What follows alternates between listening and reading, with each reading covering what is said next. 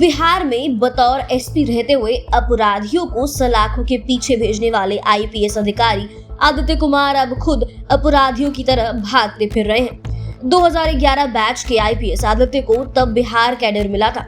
Police महकमे से लेकर सरकार तक को इनसे काफी उम्मीद थी, लेकिन ये शुरुआत के दिनों से ही विवादों में घिरते चले गए और इनका विवादों से गहरा नाता होता चला गया। अब तो इन्होंने क्राइम की हद पार कर दी है और यही वजह है कि अब ये पुलिस के डर से भागते फिर रहे हैं। पुलिस इन्हें बिहार से लेकर दूसरे राज्यों में भी तलाश रही है। सबसे पहले इस लिस्ट में शामिल 5वें नंबर पर बात करते हैं इनकी शुरुआती पोस्टिंग की। दरअसल आदित्य ने 2011 में यूपीएससी एग्जाम को क्रैक किया था। इनका आईपीएस में चयन हुआ और रैंक के आधार पर इन्हें बिहार कैडर मिला, लेकिन ये महज 11 साल की ही सर्विस में पूरी तरह विवादित हो गए।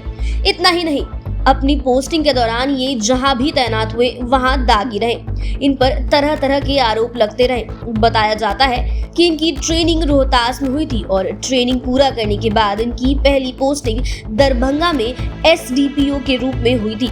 हालांकि दरभंगा में मुन्ना मुखिया के ब्लाइंड मर्डर की गुत्थी को इन्होंने महज 4 दिनों में सुलझाकर काफी सुर्खियां बटोरी थी, लेकिन इसके चंद दिनों के बाद ही ये एक शादीशुदा महिला के साथ अफेयर की चर्चा में आ गए और यहीं से इनके विवादित जीवन की शुरुआत हुई।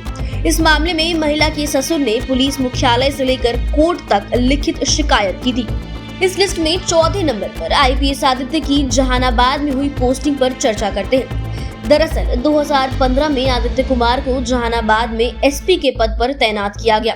हिदायत और उम्मीद के साथ इन्हें नई जिम्मेदारी दी गई, लेकिन जहानाबाद में भी ये विवादों से नहीं बच सके।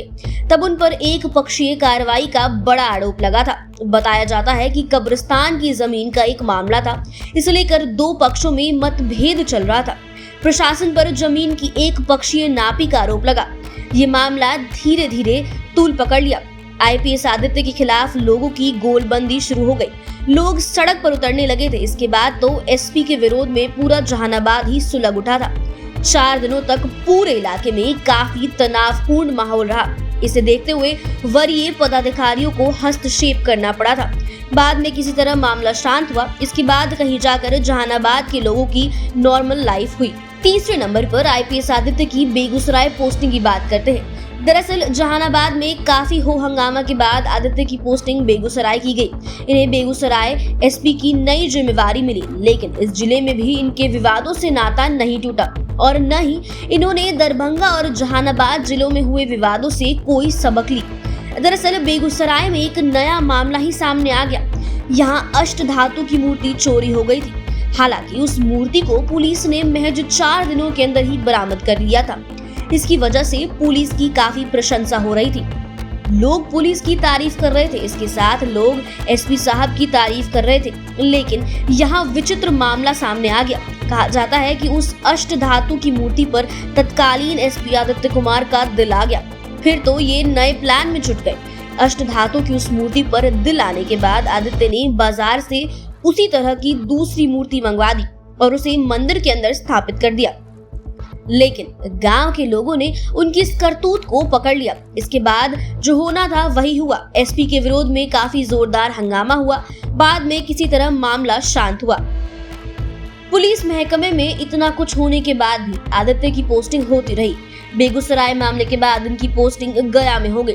गया में तो इन्हें एसएसपी की जिम्मेवारी मिल गई, लेकिन यहाँ इन पर शराबबंदी कानून तोड़ने का आरोप लगा।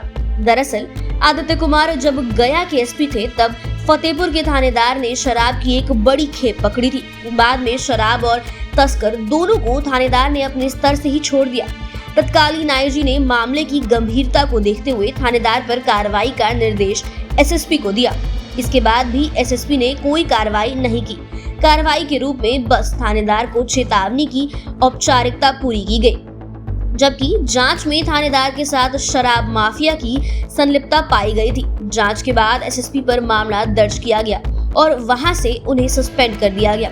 इसके बाद आदित्य के खिलाफ राज्य सरकार के आदेश पर विभागीय कार्रवाई शुरू हो गई।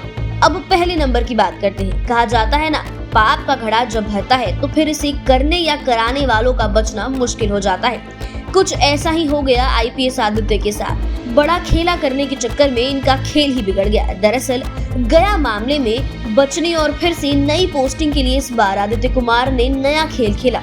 इस साजिश में उन्होंने अपने दोस्त अभिषेक अग्रवाल को मिलाया। अभिषेक अग्रवाल इतना शातिर निकला कि पूछिए मत। जांच में ही पता चला कि अभिषेक अग्रवाल ने चीफ जज बनकर उनके नाम पर डीजीपी को फर्जी कॉल कर दिया था। इसके बाद तो आदित्य के निलंबन समाप्त करने के लिए फाइल बढ़ भी गई थी, लेकिन मुख्यमंत्री सचिवालय में इस मामले में अधिकारियों को शक हुआ।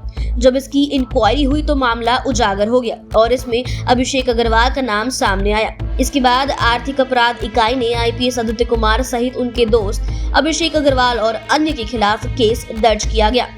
इसमें अभिषेक अग्रवाल समेत कई आरोपियों को गिरफ्तार किया गया। इसके बाद पूरे मामले सामने आ गए।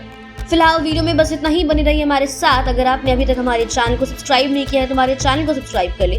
वीडियो देखने के लिए आपका धन्यवाद।